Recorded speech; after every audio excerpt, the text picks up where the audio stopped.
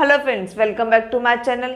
आज हम पढ़ने वाले हैं क्रॉनिक इन्फ्लेमेशन के बारे में। इससे पहले हमने कवर किया था acute inflammation. So let's start the video.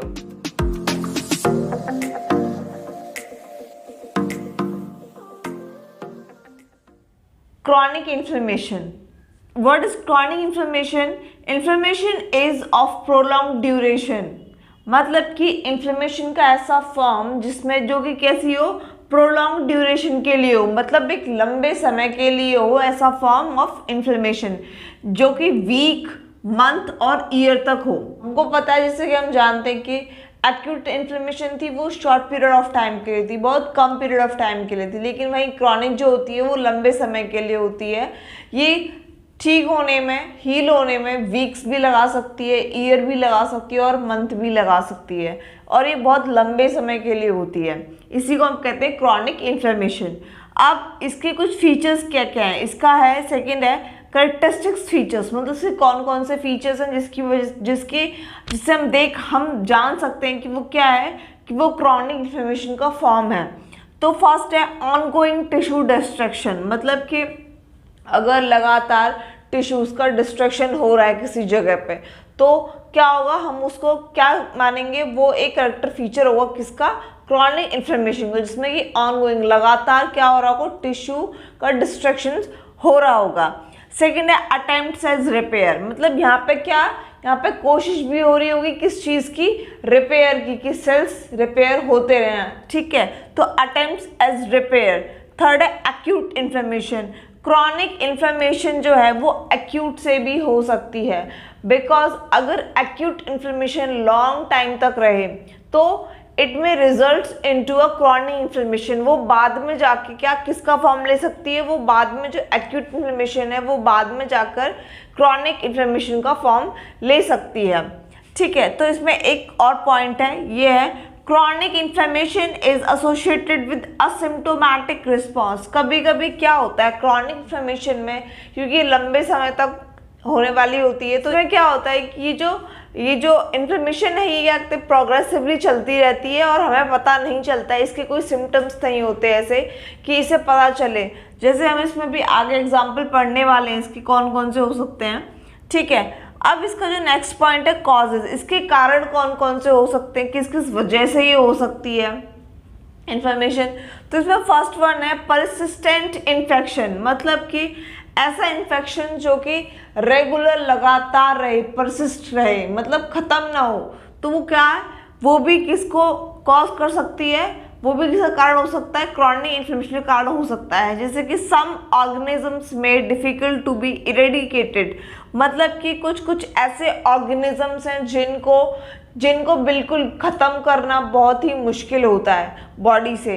तो क्या होगा, वो क्या हमारी बॉडी में जो भी ऑर्गेनिज्म है वो परसिस्ट रहेगा, मतलब कि वो लॉन्ग टाइम तक परसिस्ट रहेगा, वो ख़त्म नहीं होगा। तो जिससे क्या होगा, वहाँ पे वो रहने से क्या होगा, वो सेल्स और टिश्यू में डैमेज करेगा, जिससे कि क्रॉनिक इन्फ्लेमेशन हम लोगों को इससे फेस करनी पड़ सकती है। तो इरेडिकेटेड में persist within the cell और टिश्यू, अगर कोई भी ऑर्गेनिज्म है वो सेल या टिश्यू में रहता है बहुत लंबे समय तक, तो वो भी एक कारण हो सकता है किसका, क्रॉनिक इन्फ्लेमेशन का।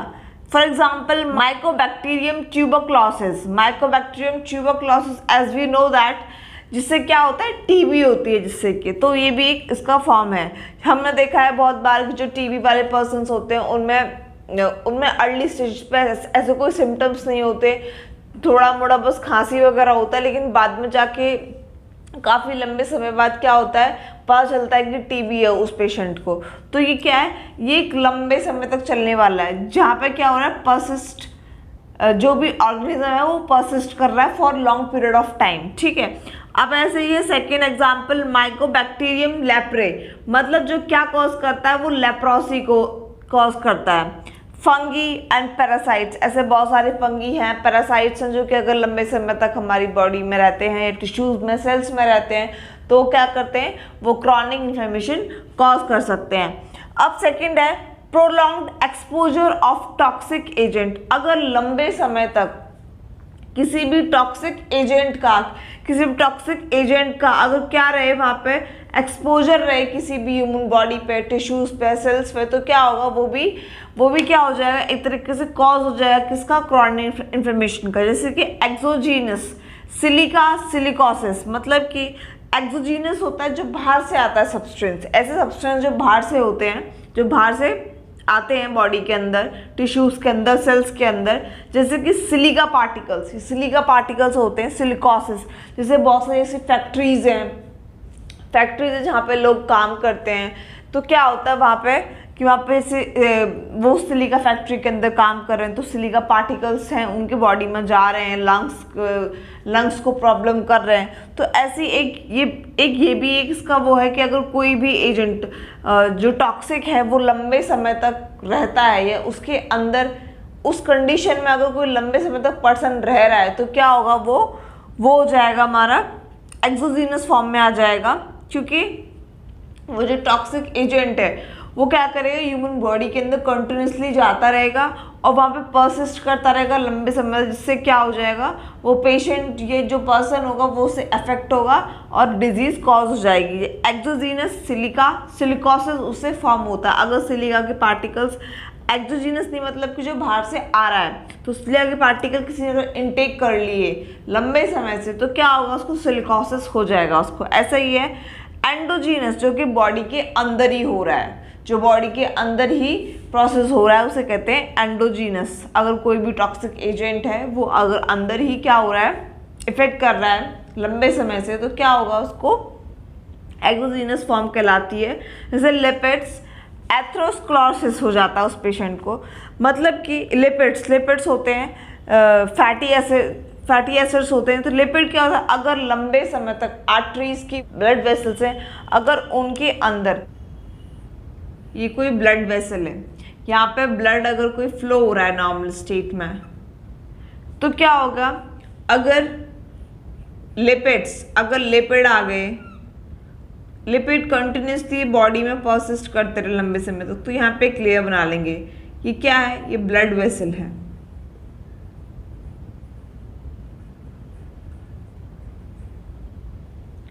और लिपिड्स, अगर ये लिपिड है,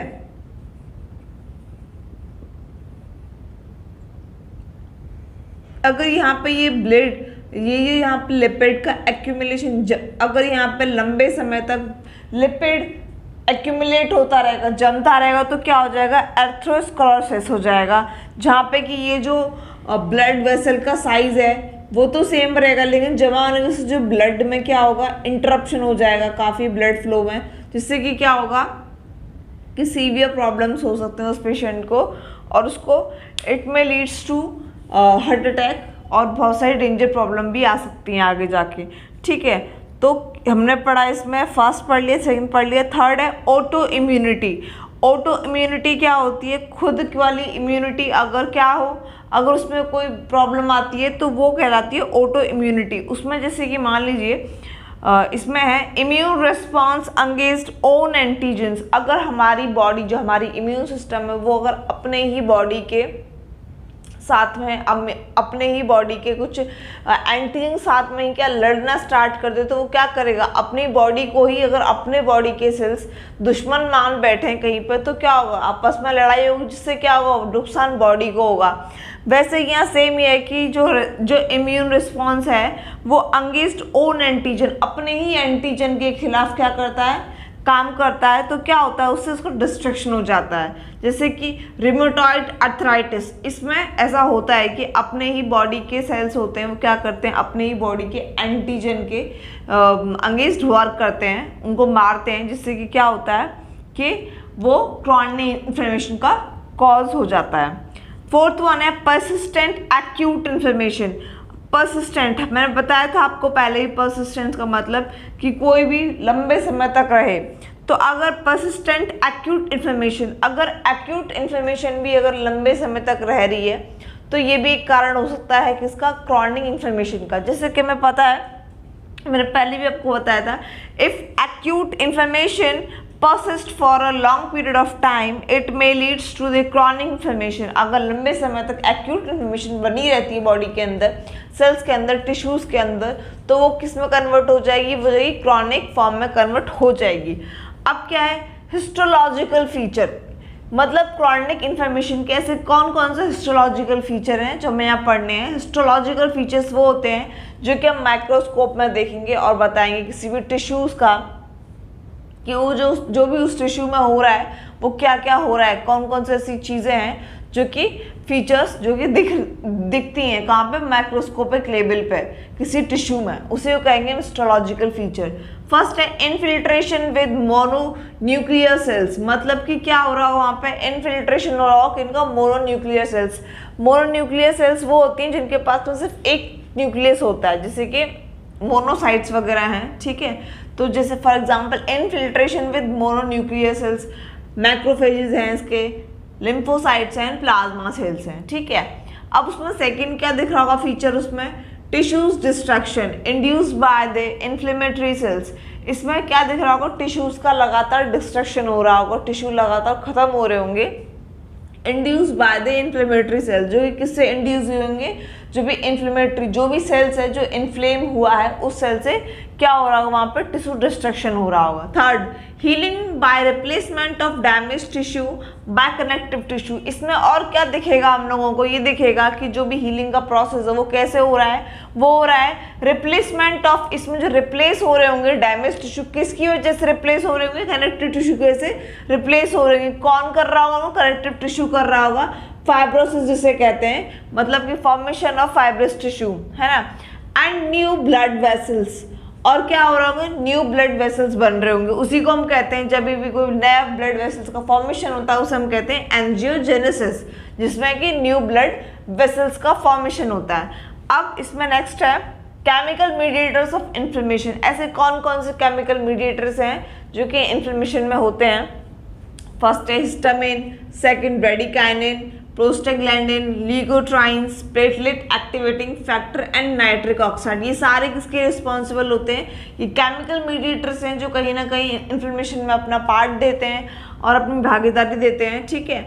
अब इसमें नेक्स्ट है इन्फ्लेमेटरी मीडिएटर्स, और अब हम इसमें पढ़ेंगे कि इन्फ्लेमेटरी मीडिएटर्स कौन कौन से हैं जो किस किस में पार्ट करते हैं, अपना पार्ट जो देते हैं। वेसल डायलेशन, मतलब वेसल्स का डायलेशन होना, वेसल्स को कौन डायलेट करता है, ये है प्रोस्टाग्लैंडिन्स, नाइट्रिक ऑक्साइड, हिस्टामिन। ये कहीं ना कहीं ऐसे केमिकल्स हैं जो कि वेसों का जो मतलब वेसल्स का डायलेशन करते हैं। सेकंड है पेन, ऐसे कौन कौन से केमिकल्स हैं जो कि पेन कॉज करते हैं, तो वो हैं प्रोस्टाग्लैंडिन्स, ब्रेडिकाइनिन।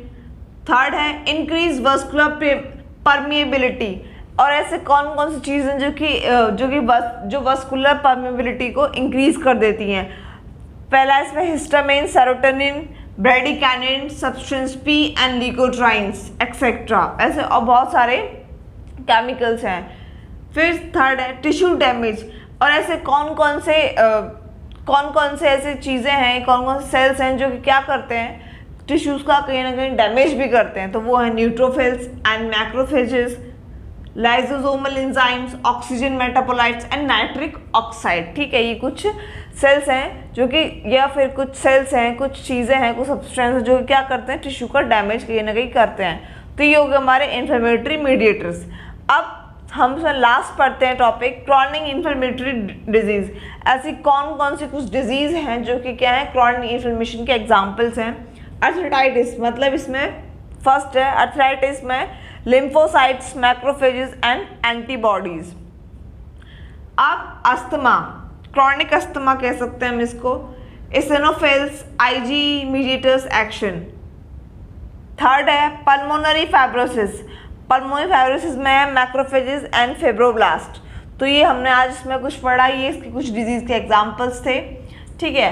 तो आज हमने इसमें पढ़ा इसके इंट्रोडक्शन, करेक्टरिस्टिक फीचर्स, कॉजेज, कौन कौन से कारण हैं इसके, इसमें हमने 4 कॉजेज पढ़े इसके, उसके हिस्टोलॉजिकल फीचर, मतलब अगर हम उसे माइक्रोस्कोप में देखते हैं किसी भी क्रॉनिक सेल को तो वो कैसा दिखेगा, उसके अंदर क्या क्या चीज़ें हो रही होंगी, और इससे कौन कौन से केमिकल मीडिएटर्स हैं जो कि क्या करते हैं, इन्फ्लेमेशन में अपना पार्ट देते हैं। फिर पढ़ा हमने इन्फ्लेमेटरी मीडिएटर्स, और ऐसे कौन कौन से हैं कि जो कि इन्फ्लेमेशन में कौन कौन सी चीज़ें जो होती हैं इन्फ्लेमेशन में वो कॉज करते हैं। और लास्ट पढ़ा हमने क्रॉनिक इन्फ्लेमेशन की कुछ डिजीज़ के बारे में। सो फ्रेंड्स, हमने आज पूरा पढ़ा क्रॉनिक इन्फ्लेमेशन के बारे में। एक्यूट इन्फ्लेमेशन हमने कवर कर चुके हैं इससे पहले। अगर आपने वो अब तक नहीं देखा तो जाकर देख लीजिए, उसका जो लिंक है वो नीचे डिस्क्रिप्शन में दिया हुआ है। जब तक के लिए आपको अगर ये वीडियो पसंद आया तो प्लीज़ आप इसे लाइक करो, शेयर करो, कमेंट करो और सब्सक्राइब करो, which is NG pharma studies. Thank you.